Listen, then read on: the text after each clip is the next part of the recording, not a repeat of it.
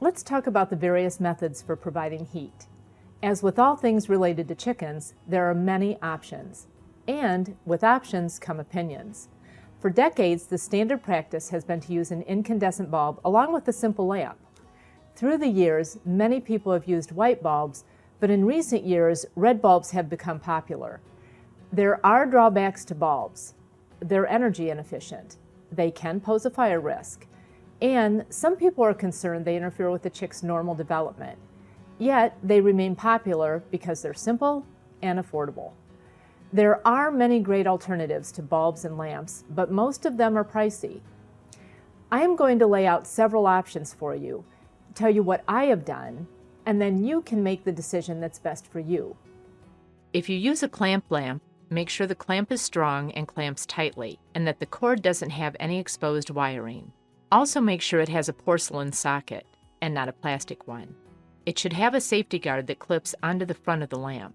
This prevents the bulb from coming into contact with a flammable surface should the lamp fall. Finally, make sure the lamp is rated for the wattage of bulb you are using. Most people use a 250-watt bulb, like the red one you see here. I recommend not attaching the lamp directly to the brooder, especially if you are using a cardboard box, which can be somewhat flimsy. It's probably okay to attach the lamp to a plastic tote or a galvanized metal tank. Many people do this, but I'm a worrier and would be concerned about the light falling in on the chicks.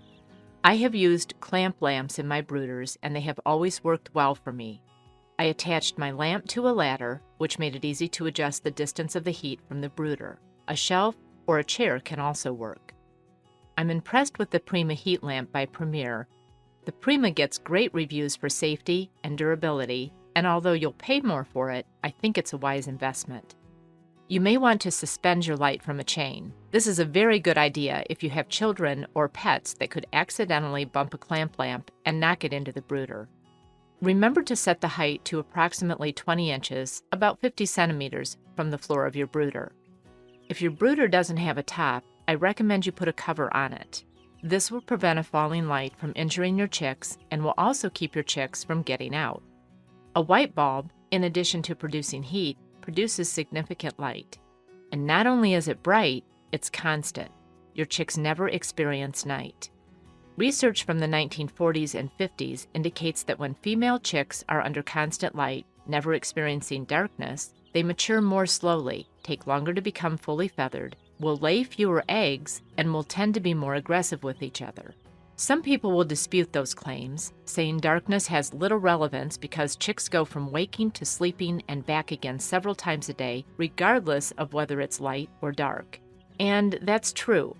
However, it makes sense to me that a living creature that requires sleep can benefit from darkness. That's why I prefer a red bulb, which provides some light at all times, but without the intensity of a white bulb. This allows your chicks to experience darkness to some degree, while also having enough light for finding their food and water. A second benefit of a red bulb is that it is soothing. Studies have shown that a red light makes chickens less aggressive and tends to calm them. You might also use a ceramic heat emitter, which is infrared and provides the necessary warmth without any visible light. You can then supplement a ceramic heat emitter with natural light from a window or electric lights. Your chicks are highly sensitive to the flicker of a fluorescent bulb, so avoid using that kind of light.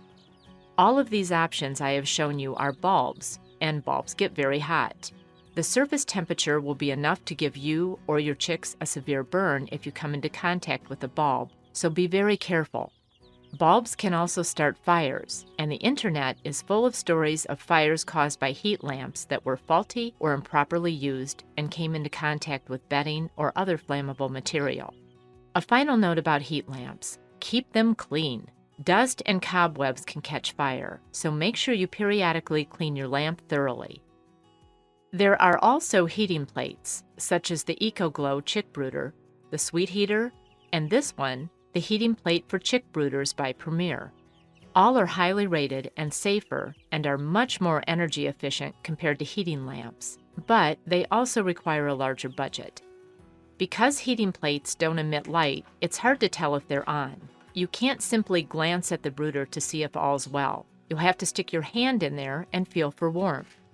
I'm not suggesting heating plates will suddenly stop working. The ones I've studied are very highly rated, but I do recommend keeping a heat lamp as a backup. Also, with some of these high-tech heating plates, there is a limit to how many chicks can be brooded at once, and some will not operate effectively if the ambient temperature is under 50 degrees Fahrenheit or 10 degrees Celsius. So before purchasing, make sure these will work in your brooder environment. One final note about heating plates and ceramic bulbs. The heat they produce is radiant heat, meaning they warm the objects that are near them, but not the air. This means that your poultry thermometer, which measures air temperature, will not give you accurate readings. As a result, you'll have to watch your chicks and adjust the position of your heat source according to their behavior. So, what type of heat source is best? A lot of people, including some chicken experts, say never use a heat lamp because they waste a lot of energy and there is always a risk of fire. Personally, I'm comfortable using a heat lamp for my brooder, and I would do it again. I think they are fine when used properly and wisely, and frankly, there is some risk of fire with any heat source that uses electricity. If my budget allows, I might opt for a heating plate, which is ultimately safer and more cost-efficient once you get past the initial investment. My best advice: consider your risk tolerance, consider your brooder environment, and consider your budget. Then make the decision you believe is right for you.